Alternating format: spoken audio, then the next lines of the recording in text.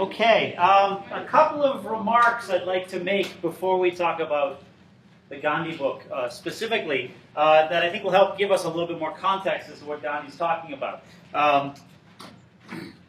As we've mentioned, or as we've described in the last couple of sessions, in the late 19th century you have this push for empire. And push for empire which is largely driven by what we call either strategic or economic rationales. Either way, building up the national power, the economy, the international might of various states, whether emerging states like Japan and the United States, or already existing ones like Great Britain. The one thing I think that we need to remember is this, is that there were very few people who publicly, there were some, but not a lot, who publicly said, we are taking empire because it's in our self-interest. There were some people who said that. Some people who used the rhetoric, we talked about this with Theodore Roosevelt, of social Darwinism, which said, basically, the strong can do what they like. The strong need to do what they have to do to survive. The weak are at the mercy of the strong, and that's simply the way in which the world works. A lot more people were uncomfortable with that. That is, they wanted empire, but empire was not something you could defend, perhaps, very easily. In the case of the United States, in the case of Britain, in the case of France, where you have histories of revolutions, of rhetoric about civil and political freedom, when you have declarations like the Declaration of Independence and the Declaration of the Rights of Man and Citizen, for all of these reasons, people were at least a little bit uncomfortable with empire. And what occurs, or what basically emerges in the late 19th century, is a rhetoric that attempts to redefine empire. We think of empire as conquest, colonization. Instead, it redefined and reclassified empire as moral duty. That is, that it wasn't the strong taking from the weak, but instead it was this sort of further extrapolation or further sort of strange manipulation of social Darwinism, which was that the strong were going to help the weak.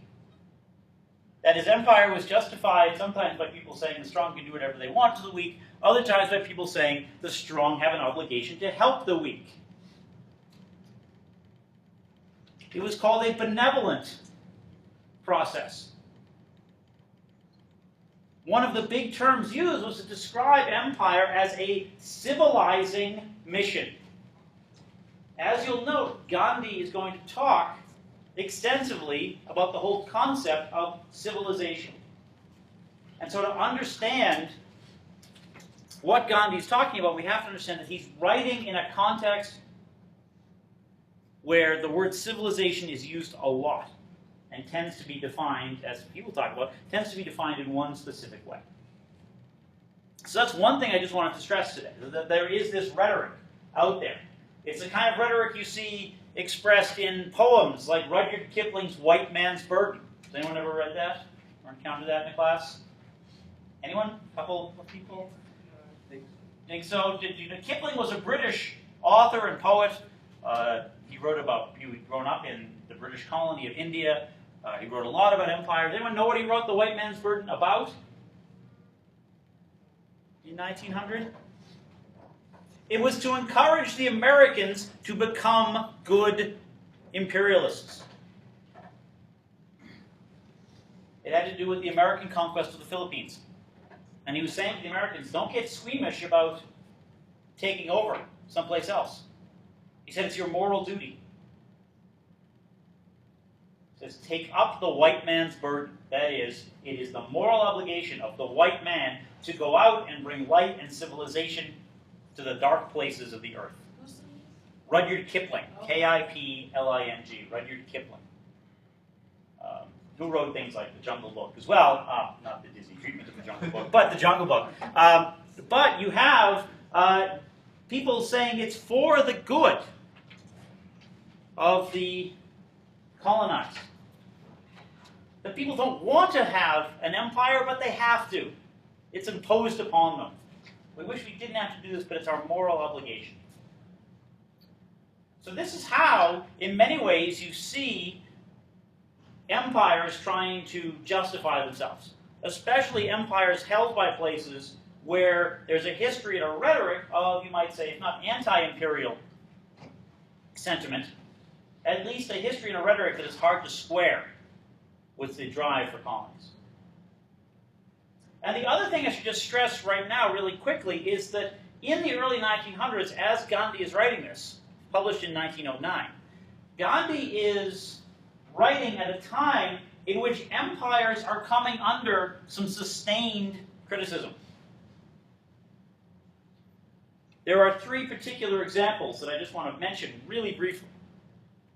The first is, we've already talked about, the American conquest of the Philippines and American treatment of Filipino nationalists who rise up against the occupying Americans.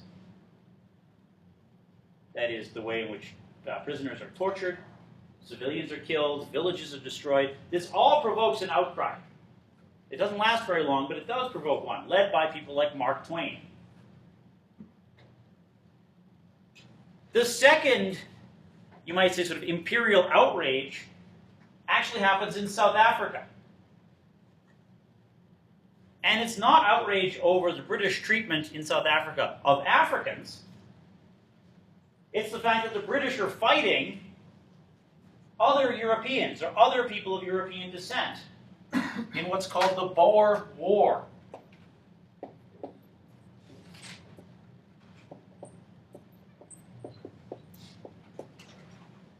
They're fighting the Dutch descendants of the original Dutch settlers who colonized parts of southern Africa in the late 1700s and early 1800s. And who had, these are the people who speak what's called Afrikaans, and who insisted upon, at least in the 19th century, a very sort of strict system that will come to eventually be known as apartheid. In the late 19th century, the British go to war. The British take over this colony from the Dutch after Napoleon's defeat. It's a long story, but it's all related, trust me. But in the late 19th century, the British go to war with this Boer population, this other European population, which fights this sort of guerrilla war. They fight out in the wilderness. They don't fight as a regular army. And one of the tactics that the British use against the Boers, against these other European colonizers, is they round up all of the women and children and older people in small farming towns and settlements in the interior of South Africa. And they place them in what turns out to be a hugely unfortunate phrase. They place them in what the British called concentration camps in cities in South Africa. Not to kill them, but some of them wind up dying anyways because the British don't provide enough food, there's disease, things like dysentery. So there's an outcry there. How are the British this sort of benevolent colonizer when they are not even treating their fellow Europeans well? Who exactly the Boer people? They're people. No, they're Dutch. They're Dutch descent. They're of Dutch descent. There were several thousand Dutch settlers who come to southern Africa in the late 1700s and establish a colony there and begin to take over land from Africans. They're there when the British take over the colony by, again, a long story, but one upshot of the Napoleonic Wars is that Britain gets South Africa. Again, it's diplomacy. This is just the way that the world is divided up. No one consulted the South Africans. And that's going to be sort of the trend throughout the next century. But in the 1870s and 1880s, the Boers began to get very rebellious. The British were not as serious about strict racial segregation and the oppression of Africans as the Boers were. And then in the 1880s and 1890s, it turned out the places where the Boers lived had enormous concentrations of gold and diamonds, which the Boers thought would be their key to sort of declaring independence from British rule, but the British were having none of that. And so they go to war in 1899. And Britain comes under international criticism because of these concentration camps they're running, where at least 200 or 300 people die. The final element is that in 1904, a newspaper in London publishes an expose of the Belgian Congo and of the mass mutilation and slaughter going on there in Leopold's own private Congo, the thing we looked at in the film last week. It's an expose. It's done by actually a British diplomat who has friends in high places who get this report published in 1904 in the London newspapers. This was not the first report. In the 1890s, several visitors to the Congo, including an African-American clergyman, had also written about and discussed and described what was going on in the Congo to native Africans. But these stories did not get the widespread circulation. The American clergyman, a man named George Washington Williams, actually died on his way back from the Congo to the United States. But he wrote some articles that appeared in early African American newspapers in the early 1890s. But they didn't get the wide circulation. 1904, there's this huge public exposure of what's going on in the Congo. And there's huge international pressure brought against the Belgians and brought against Leopold in particular. In many ways, this is very hypocritical. The Americans, the British, the French, and others are saying to Leopold, we can't believe how badly you've acted. Because for them, in some ways, this is a blessing. All of their imperial transgressions, in some ways, pale next to what Leopold's done. So they all gang up on Leopold. It's a way of saying, look at how terrible this colonization has turned out. We're supposed to be civilizing, not slaughtering. And you, Leopold, have broken the code or have failed to live up to the standard. Of course, none of them have. But Leopold becomes an effective sort of scapegoat. That is, blame Leopold, bring public pressure down on him. Eventually, in 1909, Leopold is forced to sell his ownership of the Congo. He sells it to the Belgian government at an enormous profit. So Leopold doesn't suffer. But it's a way in which a lot of energy is directed. The Congo becomes this big sort of cause in the early 20th century because, not only because what's going on there is horrific, but because these other imperial powers figure, you know what? If we gang up on the Congo, if we push this image of what Leopold's been doing, people will stop looking at us. Deflect attention, and also punish Leopold because his excesses were so great. It's one thing to be hypocritical and say you're there to civilize, when in fact you're not. It's another thing to say you're there to civilize and then slaughter 1 million people. For Europeans, the idea seemed to be, several thousand people died. That's fine. 1 million people, that's unacceptable. That's the way the sort of the colonial mindset went. Wait till we get to Stalin, who says, the death of one person is a tragedy, the death of 1 million is a statistic.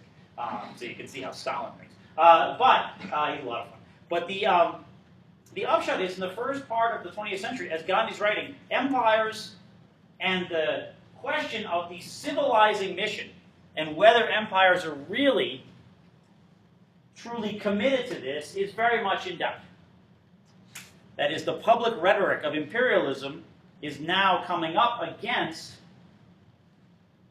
the very real experience of empire, especially in Africa. So that's the context in which Gandhi's writing. I just wanted to keep that in mind very briefly. The other thing I should mention is that Gandhi himself is in Africa for much of this period. Gandhi is someone who comes from a fairly well-off family in Western India. He's someone who grows up going to English language schools. In his early 20s, he goes to London, early in the 1890s, to train as a lawyer. And from there, when he can't find good work in India, he eventually migrates to South Africa. There were a lot of Indians who had migrated to various parts of the British Empire in the late 19th century as basically indentured laborers. To the Caribbean, to South Africa in particular, to other parts of Southeast Asia like Burma and Malaysia. But Gandhi gets into politics. Gandhi gets into questions of civil rights in South Africa, because that's where he really sort of encounters a systematic, not like in India where it was more sort of informal, but a systematic regime of racial segregation and racial subordination. That in South Africa, as among other things, a concession to these Boers, the British colonial government requires all non-white people to carry papers with them at all times to, in essence, produce identification at all times so that they can be controlled, so that they can be allowed or not allowed into certain areas, so that they can be put in the correct carriages of railway trains or of trains. And Gandhi in the 1890s is going to lead a struggle against these, what were called pass laws, for people of Indian descent. Not for Africans, but for people in his own community.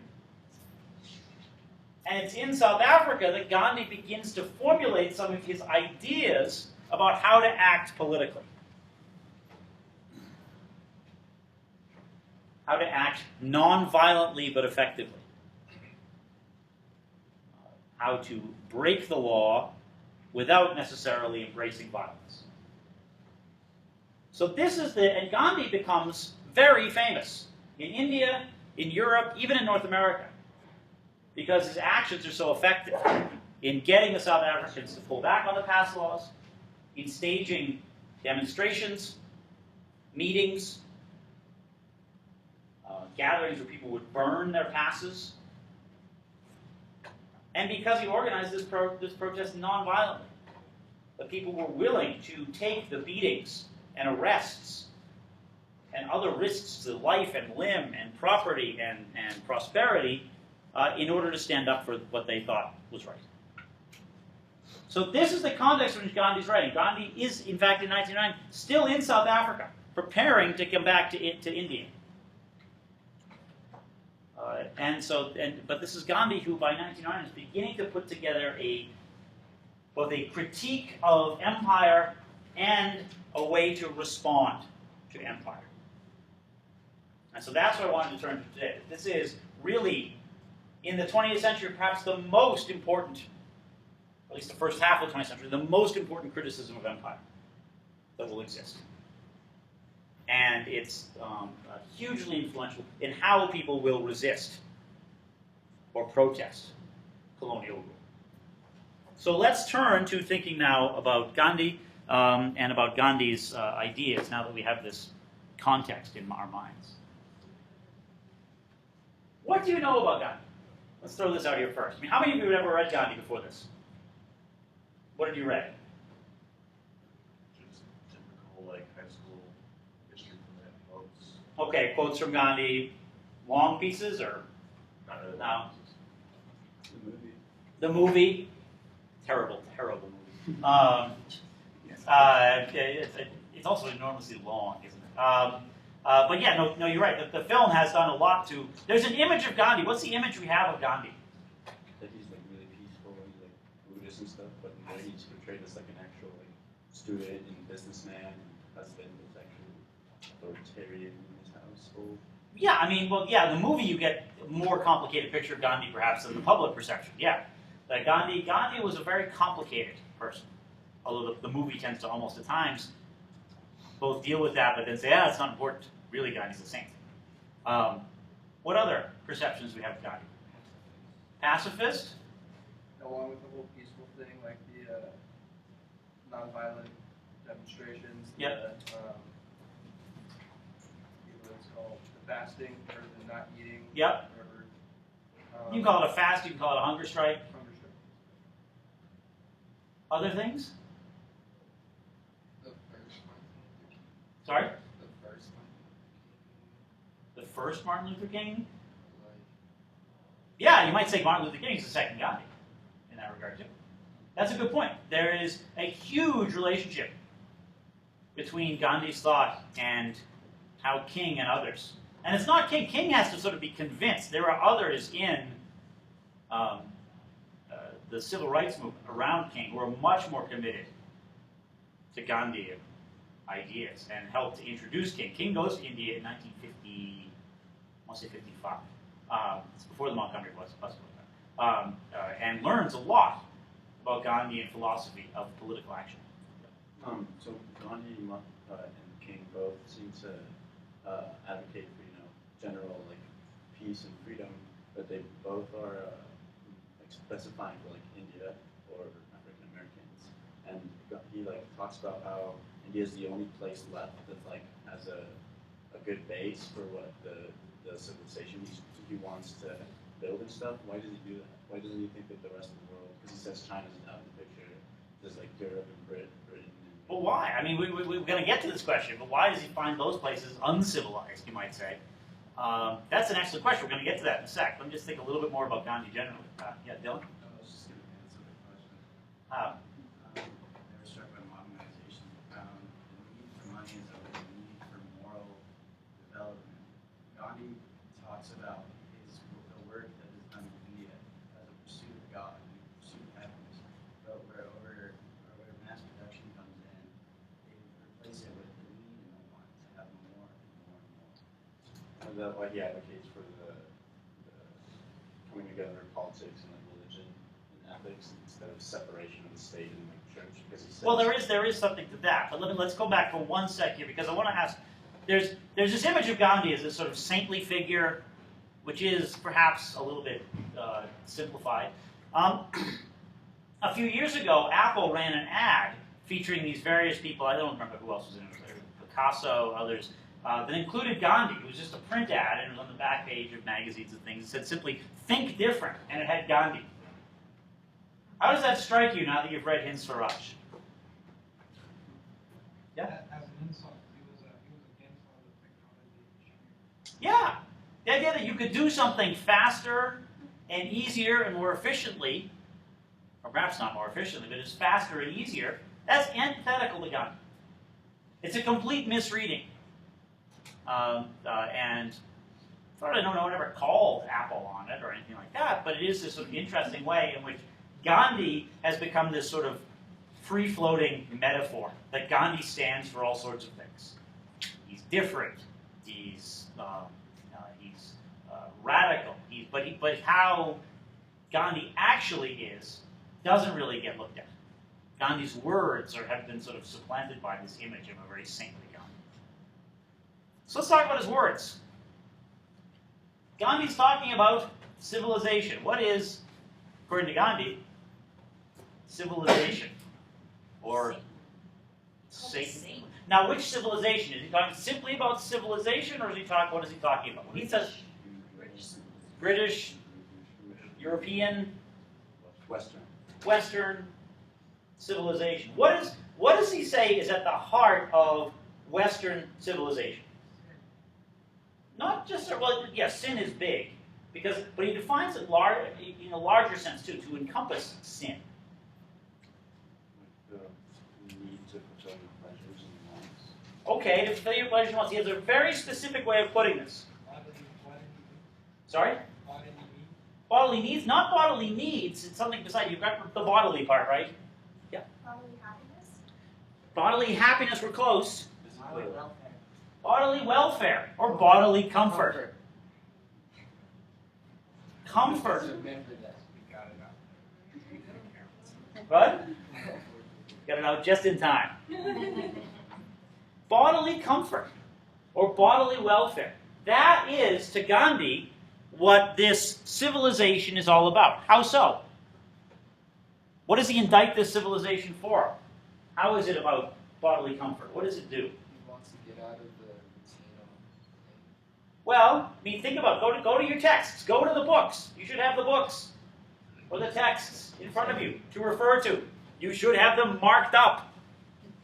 You should have notes written in them. Things like this. do not have what my high school teachers used to call virginal pagination.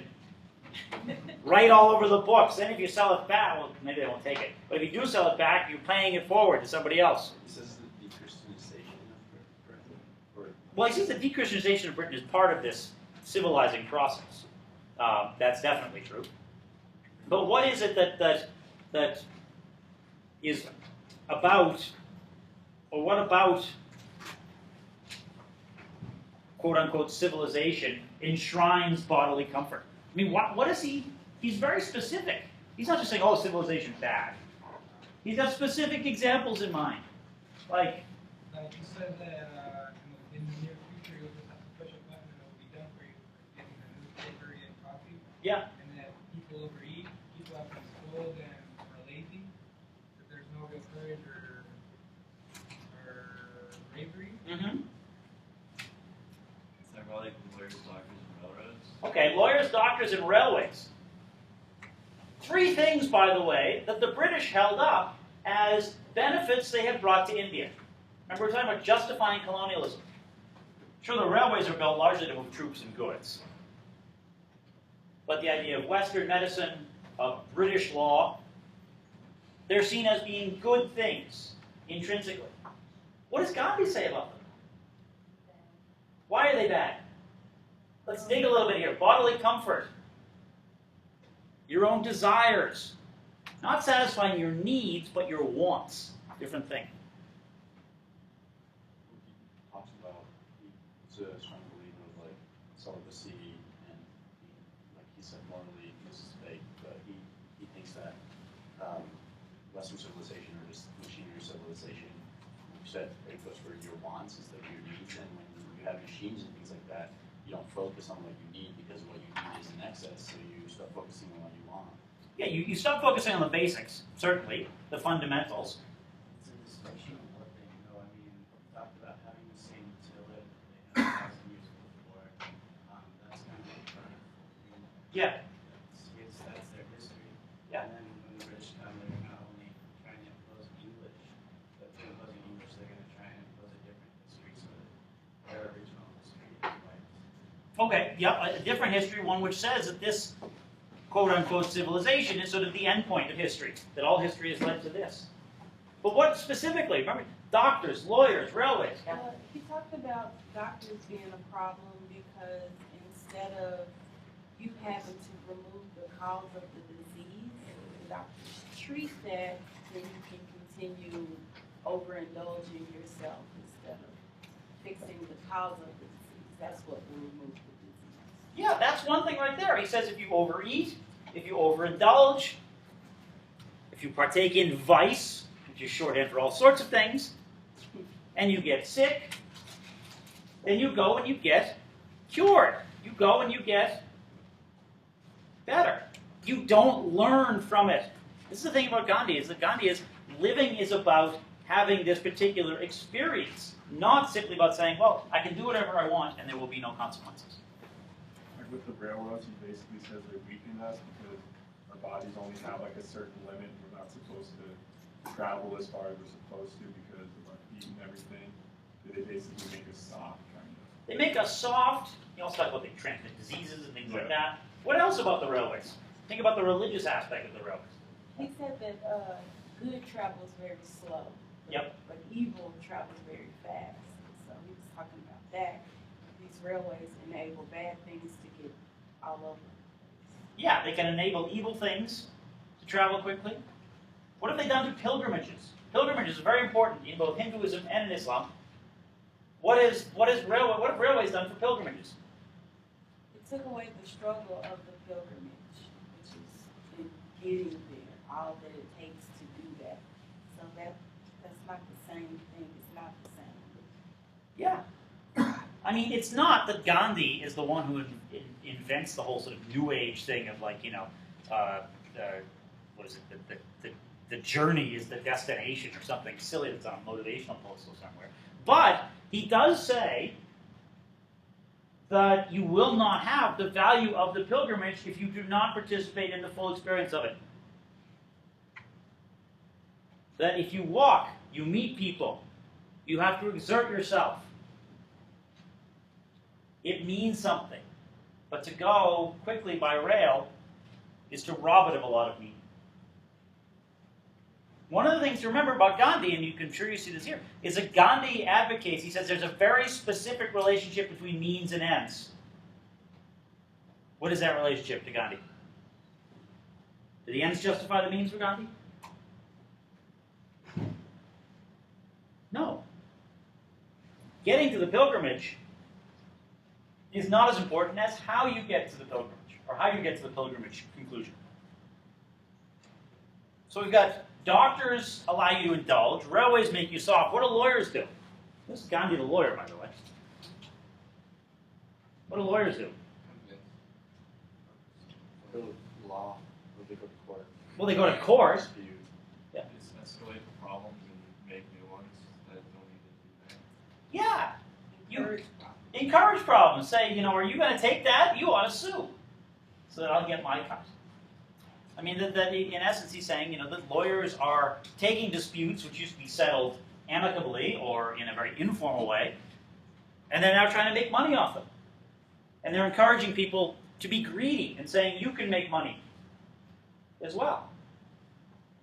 So there's a sense in which, lawyers, doctors, railways, it's not quite lawyers, guns, and money, but it's close. And does anyone get that? Oh, man. Oh. There's very little hope. Warren Zevon. Ever heard that song? Send lawyers, guns, and money because the bleep is hit the fan. Oh, goodness. All right. He has an excellent song about a hockey player, too. You should listen to both of them before next class. It's called Hit Somebody. It's my 3-year-old's favorite song. Oh, no, I'm not kidding about that. But you have this indictment by Gandhi of civilization. Or quote-unquote, why is that important? Think about the context you put this in. What is so important? What is perhaps so radical about what Gandhi's doing here? Because remember, he's talking about other Indians who are taking up the cause of nationalism, but he says they're doing it in the British style. Or want to bring this sort of civilization. They want an independent India, but they want to have this sort of civilization in it. What's Gandhi doing that's much more radical than that? Getting away from that idea of civilization. What else? Well, Ron is going away from that. They call it like trying to go back to the old ages and defends it by saying just that your definition, like he talks about when we used to like bear spears and like wear like loincloth. It's like we see those people like in Africa, like over, like we see them as uncivilized because the lack of machinery, lack of like capital. But he says that to him, he hates technology and all that. It's more advanced. A more advanced civilization to go into the spiritual and morality. Yeah, I mean, what for Gandhi is true civilization? He defines it explicitly. Morality is tolerating morality. Well, it has morality in it, yes. Proper use of hands and feet. Proper use of hands and feet, well, perhaps. Performance of duty and observance of morality. Yeah. It's on page 67 in mine, the start of chapter 13. Civilization is that mode of conduct which points out to man the path of duty. As opposed to civilization, or quote-unquote civilization, which enshrines bodily welfare or bodily comfort at its heart. What is Gandhi doing there? Think about what I just talked about. How empire is justified. What is Gandhi doing? It's very important that we make this leap, because we don't understand Gandhi until we make this leap, or why he is such a threat to imperial rule. Because he's going to deal with imperialism in a very different way than other nationalists are. Not at times very successfully, other times very successfully. Talking about his you find yourself. Not even that. Think about how is empire. If you had somebody, from the late 19th century, the British colonial government in India, and they said, justify your presence here, what would they say? Well, if they're modernizing, and that's supposed to help. Yeah. If their reason is to help India by modernizing it, saying, no, they're ruining India by modernizing, then that's different. Then it doesn't work. What their reason won't work. We Exactly. don't need that in India. Exactly. What he's saying is this. He's saying you can't justify rule in India by appealing and saying we're bringing civilization to India, because you're not. As you said, you're bringing ruin. If the entire public justification for empire is it's a moral and benevolent process that brings civilization, Gandhi's cutting that out entirely, because he's saying it's not bringing civilization. He's saying that, there's not one understanding of civilization. In fact, there is a true civilization and a false civilization. You guys good? Okay. There is no justification if there is no civilization. That's the big thing there. He's taking them on. He's not being like other Indians who are saying, we are just as civilized as the British. Gandhi's saying that's a complete wrong argument to make. He's in essence denying the basis of the argument for colonialism. He's not going to fight on what he thinks is a false sort of civilization. Instead, he's saying India contains within it a true civilization, or the key to true civilization. This other stuff coming from outside of India is false. So that's what you have to understand, is that he's taking the moral justification for colonialism and turning it on its head. He's taking on the British Empire most directly and saying, you are not a civilizing presence. And he's basically saying, that you cannot be an Indian and say, well, we embrace this British civilization, because he said, then you're tainted. Then you'll never get rid of sort of the remnants of colonial rule. You have to understand that there are more than one ideas about civilization out there. And that in fact, there's one true civilization, but it's not the one you're being told. I mean, that's the thing that radically is going to set Gandhi apart. It's going to set him apart from a lot of Indian nationalists. Gandhi's vision of what India ought to be, a land of self-sufficient small villages, is never going to happen. Because other Indian nationalists think that's not the way forward. They think India has to industrialize more, India has to modernize. If you go and visit the place in New Delhi where Gandhi was cremated in early 1948 after he was assassinated, it's very stark, because there's this place, it's called Rajghat, and you stand there and it's the platform where, or it marks the platform where Gandhi was cremated, on the banks of the river in New Delhi. And if you look directly across the banks, there is this enormous power plant belching black smoke. At least it was the day I was there. And it's like sort of this juxtaposition. Gandhi gets all this sort of honorific treatment, but then they went and built the huge polluting power plant anyways. That was not there before Gandhi died. So you have to understand, you have to grasp it. He's taking on this rhetoric of civilization directly. Now, how is he going to confront it? When he talks about there is a true civilization, we need to get to it. We need to expose this other civilization. His ideas about civilization are fundamental for understanding about how you then act politically. That is, in order to act politically, what do you have to do? What do you have to follow? What do you have to... And one hint for this, perhaps, is the word Swaraj. Swaraj literally means self-rule or our rule. Sometimes it was defined as home rule, but rule by Indians of India. At the same time, for Gandhi, you might say that Gandhi has a more sort of personal understanding, a more intimate definition of Swaraj. For Gandhi, how are you going to get there? How are you going to get this colonial state out, this colonial mindset out, this false civilization out? How are you going to act politically? What are the keys? to strengthen your own personal mind. Okay. And don't participate. You don't participate if the law is unjust. You don't follow it. Okay, you don't follow the unjust laws. Right. You don't embrace violence, but you don't follow them. Right. You protest them. Like in South Africa, you burn your passes, which is not attacking someone, but it's saying this thing does not define you. What else do you need to do? As you said, you've got to sort of gain, not just rule ourselves ruling, but rule over ourselves. Self-control. What's the key? I mean, Gandhi has the notion that what you're going to follow is a path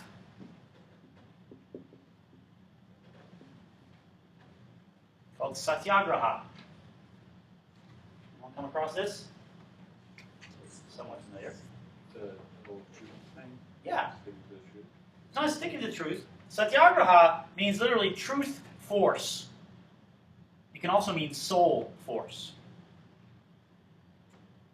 That is, you're acting morally. And that to get to Swaraj, you have to basically practice satyagraha.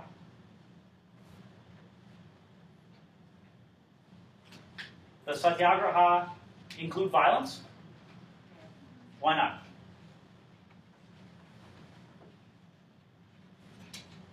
Why does Gandhi renounce violence? Because that's how the other civilizations have imposed their rule. Okay, Against those. that's how they've assumed rule. Well, yeah, like aggression and violence and just general oppression. Okay, so that's part of that colonial state. What else is it about violence or force? Yeah, Dylan? Savage goes the world. I mean, Gandhi got a lot of his support through those nonviolent protests where, like, newspapers would show his people getting beaten Mm-hmm. and not fighting back. If they were to fight back, it would just be another war, which would give the British some of that power. It would certainly justify violence by the British, as we'll talk about. He wants to put the British in a very uncomfortable sort of situation. Yes? It's just kind of like the easy way out, where they're just kind of like taking it away on other people and not considering like what you should be doing or Yeah. That is, you're sort of taking the easy solution, just like mechanization is the easy solution. It would give you like an unfortunate end when I was talking about the robber. Mhm. If you just beat the robber, then he's going to continue being a bad person. But if you talk through and convince him that he's doing wrong, then everyone will wind up better off. Yeah, I mean, one of the things about Gandhi, and he says this right in the chapter, labeled, unsurprisingly, brute force. He's talking, and the reader, the person who's sort of having this dialogue with Gandhi here, he says, that what is gained through fear is retained only while the fear lasts. So he's trying to remove that fear from them. Well, he's trying to say you can't rule by fear. You can't get permanent change by fear. If people are fearful, they may act as you want to, but they will only act that way out of fear. The means are important. If you act through violence, you justify violence, and you get an end that is produced only by violence, which means you have to have permanent violence. What Gandhi says, and this is again in the chapter on brute force, is he says, your belief that there is no connection between the means and the end is a great mistake. He says, by using similar means, if you're trying to attack the British in similar means, we can get only the same thing that they got. So you have this sense that again, the means shape the results. They talk about the robber. You can't beat someone necessarily and change them. The key for satyagraha and for political action in Gandhi is going to be conversion. You convert their hearts. You convert their minds. How? How do you, and this will go back to Gandhi's entire view of sort of what this quote-unquote civilization prizes. Not true civilization, but the false civilization. How do you convert them? What's the most powerful thing you can do? We've already mentioned what it is. Nonviolent protests that include what? Love. Certainly love, certainly nonviolence. We've already mentioned, you have to be willing to accept whatever happens to you. This is the key for, Gandhi's talking about self-rule, not just for India, but for Indians. He's saying, you cannot be an effective political actor if you are still controlled by your own desires and your own wants. In order to be effective, you have to demonstrate to people that there is nothing more important to you than a moral cause. That you can beat me, you can imprison me, you can kill me. And you can only do that, Gandhi says, if you have full control of yourself. I mentioned celibacy earlier. That is, control of all your bodily desires, your wants. This is what's going to make it very hard for a lot of people to keep up with Gandhi. And it's going to make Gandhi very impatient with a lot of people. Is that Gandhi's asking people to do something that in some senses is almost superhuman. To say, I will accept whatever happens to me in the pursuit of doing the moral thing. My body doesn't matter, my livelihood doesn't matter, my life doesn't matter. And so you go out there and you do that, you demonstrate that. To who? What is he? If you're demonstrating this and you're laying your body literally on the line, what's the civilization you're facing? Why might this convert, not intimidate or threaten? Why might this convert this civilization, this people who belong to this false civilization? Because they, unlike them, you're not afraid to take those risks. You're not afraid to risk everything. It shows that it is like a really good cause. Like, if you're willing to stand that much up for it, then maybe I should be. Yeah. Show an example so that everybody. Yeah, if you're protesting and the people you're opposing are people who, according to Gandhi, prize their bodily comfort or welfare above everything else, and you're out there saying, no, that's not the most important thing, that's how you will convert them. By saying to people, I'm willing to sacrifice my life. I'm willing to sacrifice everything for this one cause. You don't do it violently. You may have to take a lot of violence, and you have to be willing to accept the violence. You don't have to like the violence, but you have to have complete self-control, because Gandhi says, if you respond with violence, then it all disappears. In the 1920s, he's going to call off a mass protest in India when parts of it turn violent. Gandhi will be very demanding. It'll drive some people around Gandhi crazy. Gandhi has this very exacting sense. One of the big things within satyagraha and self-control is this concept called brahmacharya, which means godly living. B-R-A-H-M-A-C-H-A-R-Y-A. Brahmacharya. Godly living. And it's a very extreme form of self-control. We mentioned celibacy. For Gandhi, celibacy is one of the keys to being a true practitioner of satyagraha. And for Gandhi, there's no sort of debate about it. Exactly, but roughly around when he's developing this idea, sometime around 1895, 1896, he comes home and he tells his wife, basically, I hope you like the kids we have. Because there's no other way, you can adopt perhaps, but, that's it. If you want to talk about sainthood, you really have to talk about Mrs. Gandhi, I think, to understand. Because at the time, he didn't treat her very well. Her name was Kasturba. And she seems to endure quite a bit. She also was kind of not a true follower. Well, she had her own. yeah, Gandhi was I mean, one of the things about Gandhi is that Gandhi's insistence on brahmacharya, this may indicate why there was a little bit of tension. For Gandhi, brahmacharya doesn't simply mean resist temptation by removing temptation.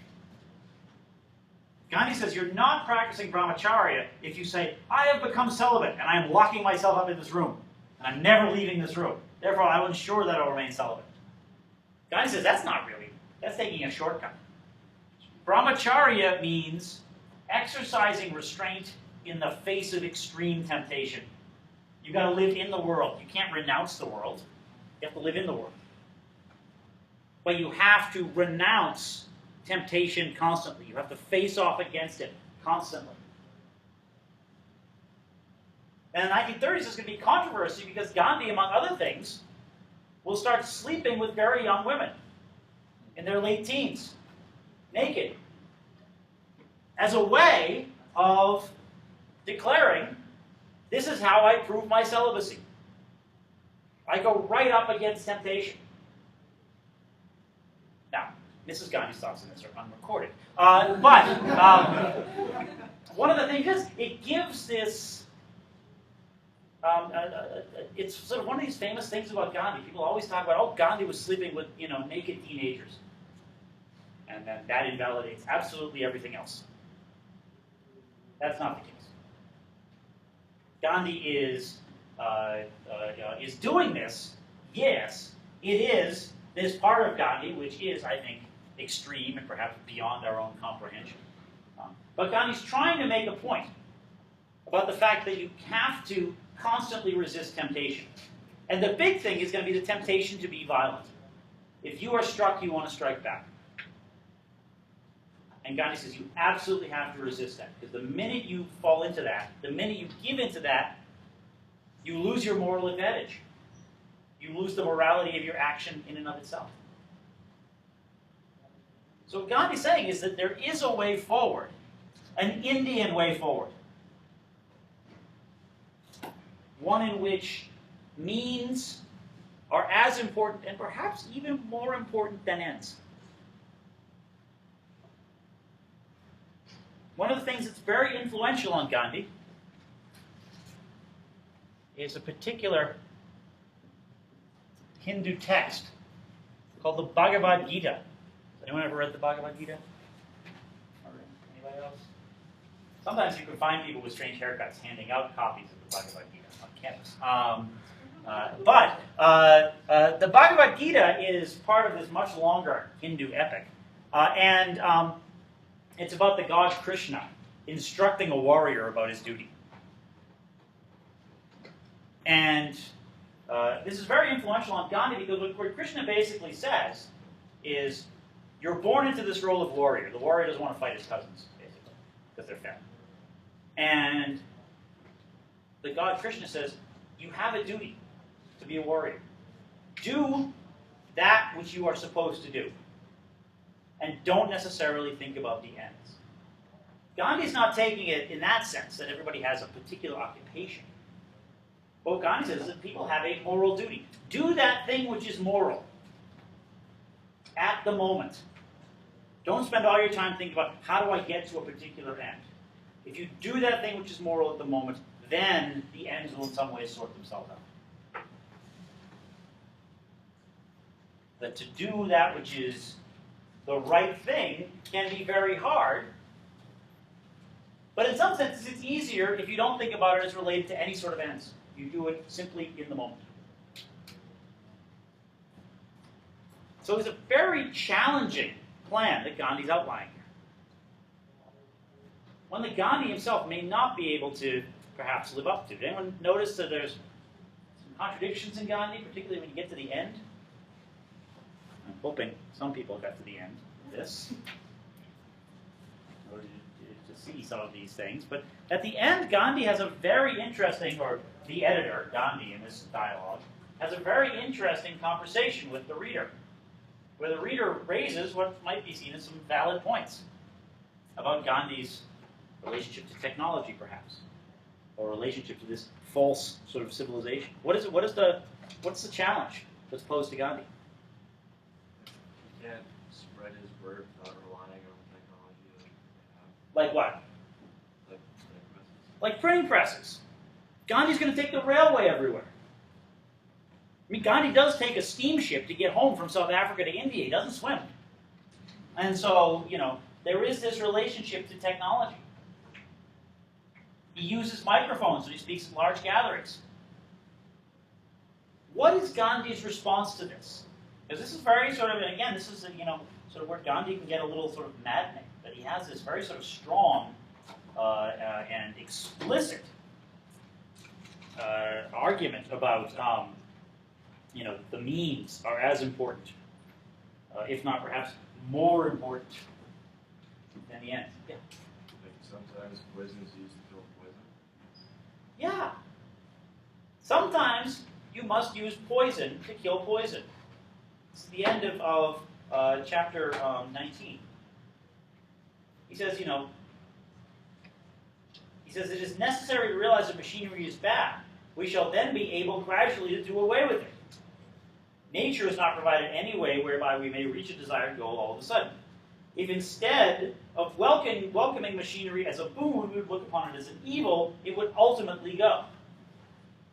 What kind of answer is that?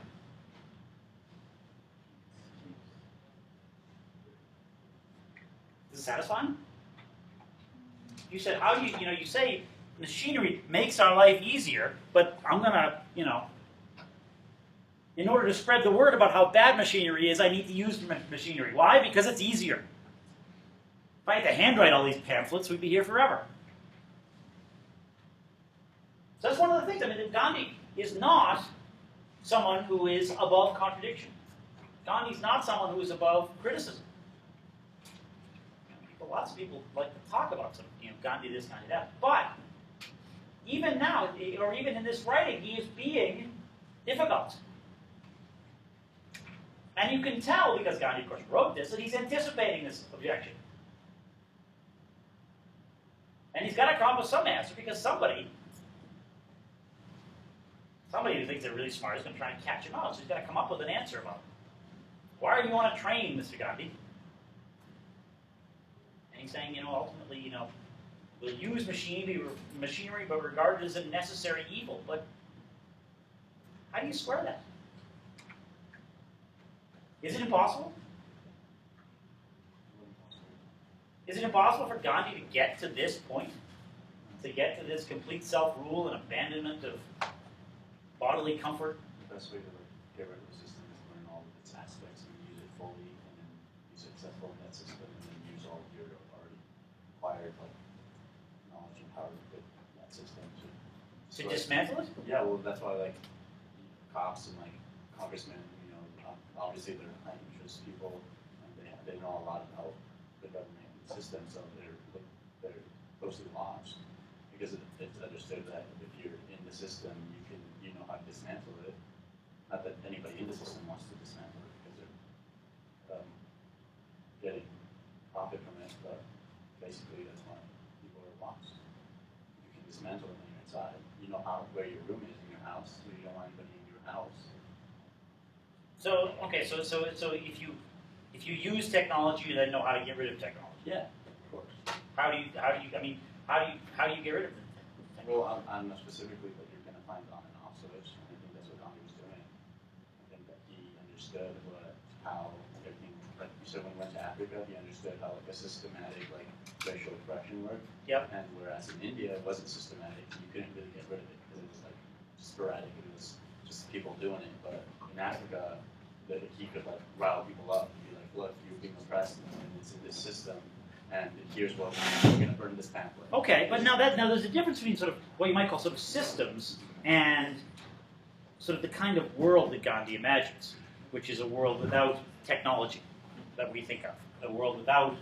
I mean, Gandhi's not against doctors, by the way, completely. He doesn't think that, but he does think that doctors have sort of become misguided.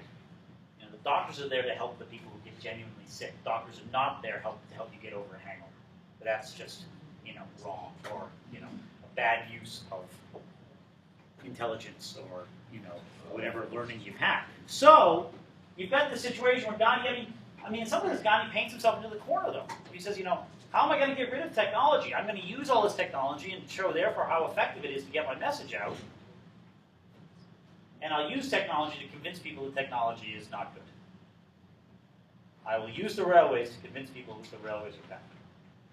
So, I mean, that's good. I mean, I'm interested because you say you're in the system to sort of dismantle it, but does that sort of lock you in this infinite loop? yes, you can't destroy the system, but maybe you can use it to make it better. Like, rather than using it for the wrong reasons, because he's definitely not going to get rid of the technology, especially because he's using it to get his own word out there and stuff. It's only just like kind of helping it along. It's just showing how good it actually works, but you can use it in the right way. Yeah, you could possibly do that. I mean, do you think Gandhi is making a sort of extreme case here simply for almost a rhetorical point? And then he's going to sort of be able to walk back parts of it? I mean, Gandhi, the other thing about Gandhi is that Gandhi says you can't coerce people. But in the 1930s, when things in Indian politics are not going as Gandhi would like them to go, Gandhi will declare, I'm going on a fast until something changes. But he won't say it explicitly like that. He'll say, I'm going on a fast as penance for the wrong-headedness, the sort of damaging mindset that has led us into thinking this way. What's the problem there? I mean, how is that coercion? What's Gandhi basically saying? He's kind of, in a way, saying that like it's your fault that I have to do this. It's not only your fault, but what else? Problem. It's a problem. You have to, it's your problem. You have to fix it. Or else what? Or Gandhi dies. No, seriously, there is this huge incentive that Gandhi manages to sort of use, which he says, or he manages to create this sort of relationship where he says, if I don't get things changed, I will die.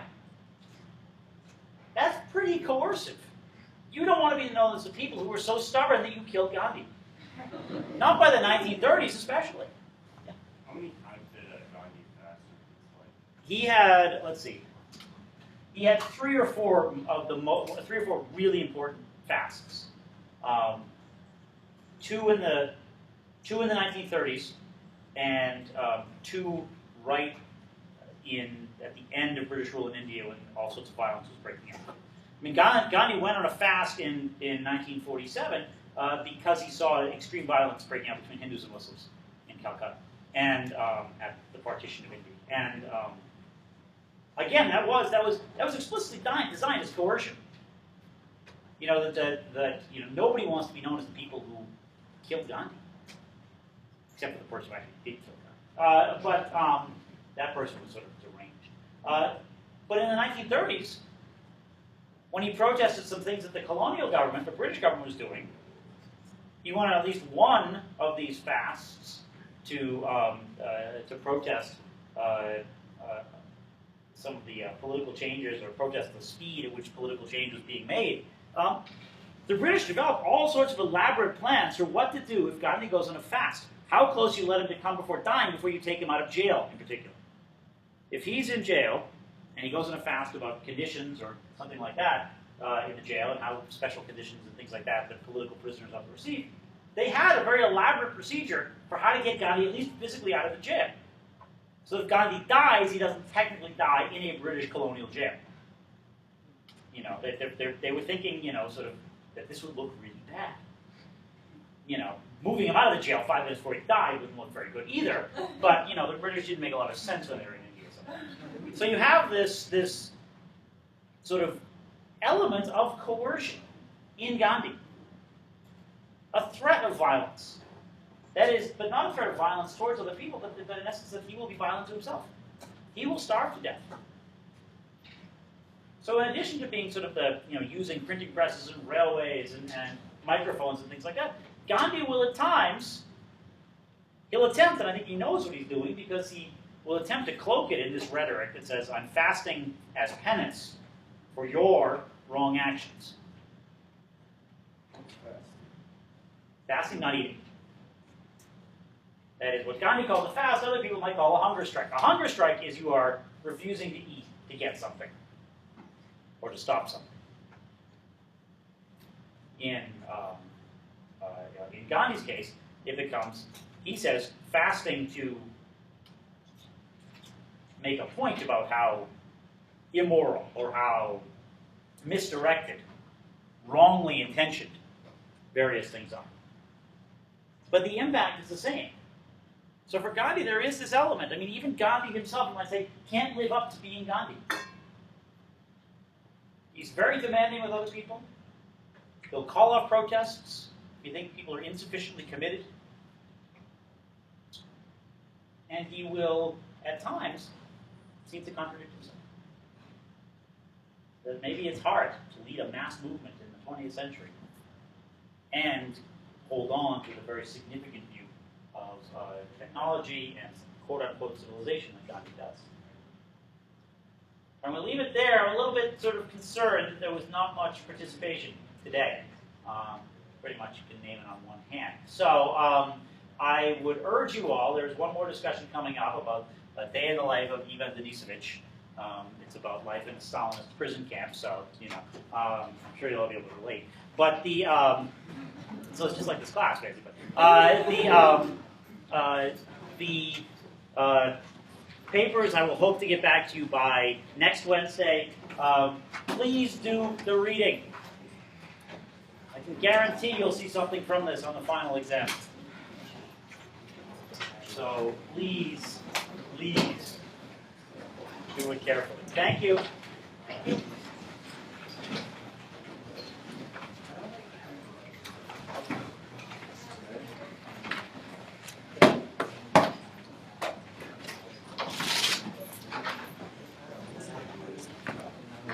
Sorry about that. Oh, no, that's okay. That's okay. So what exactly was wrong in my assumption that he was trying to use a system? Hang on one sec, sorry. Yeah, no, of course. Well, it's not a